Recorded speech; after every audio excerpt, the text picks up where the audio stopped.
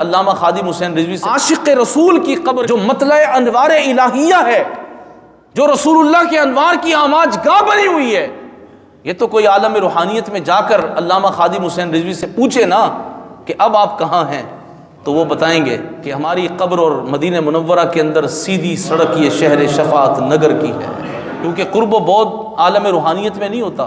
دوری اور قرب نہیں ہوتا، وہاں تو اللہ تبارک و تعالی اعلیٰ علیین میں جگہ عطا فرما دیتا ہے۔ دوستو، وقت ہے ہمارے پاس، انہوں نے اپنا وقت پورا کر لیا، ایک ہی کام کیا کہ رسول اللہ سے وفا کی، ایک ہی کام کیا، کوئی اور بات ہی نہیں کی، کسی اور طرف جھانکا ہی نہیں، تو اللہ کے محبوب کے صدقے میں پھر عزتیں آپ کے سامنے ہیں۔ صبح قیامت تک اب نبی پاک علیہ الصلوۃ والسلام کی عزت و ناموس کے پہرے داروں میں ان کا نام رہے گا۔ مجھے اپنے آپ سے اور آپ کو اپنے آپ سے یہ پوچھنا ہے، میرا اور آپ کا نام مرنے کے بعد کس فہرست میں ہوگا؟ بس یہ سوال ہے۔ حضور کے وفا شعاروں، حضور کے جانثاروں، اسلام کے لیے اپنا سب کچھ قربان کرنے والوں کی فہرست میں، یا دنیا کا دھندا کرتے کرتے دنیا سے جانے والوں کی فہرست میں؟ سوچنا ہے مجھے اور آپ کو۔ اگر سوچ لیا تو ہو سکتا ہے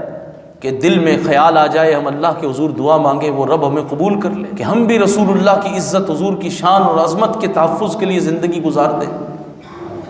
3 جنوری کو انشاءاللہ تعالی بروز اتوار آپ کا چہلم ہے، جو حضرات وہاں جا سکتے ہیں وہ ضرور جائیں، جو نہیں جا سکتے وہ اپنے گھر میں ایصال ثواب کا اہتمام کریں، کیونکہ اچھوں کی محبت بھی رنگ دیتی ہے، اچھوں کی محبت بھی،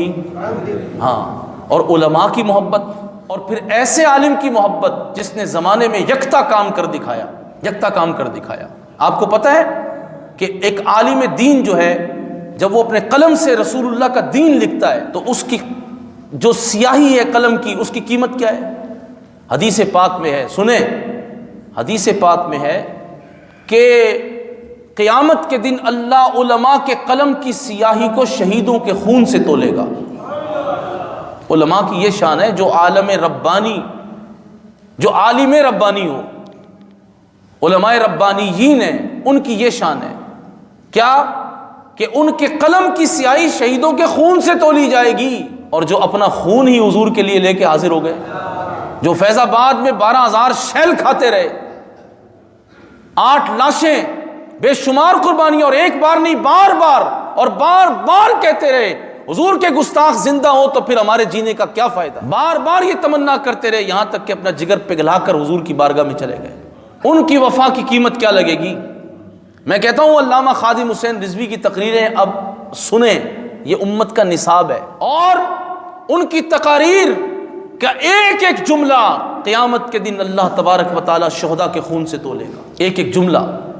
اللہ تعالیٰ مجھے اور آپ کو حضور کی محبت میں جینا اور مرنا نصیب فرمائے۔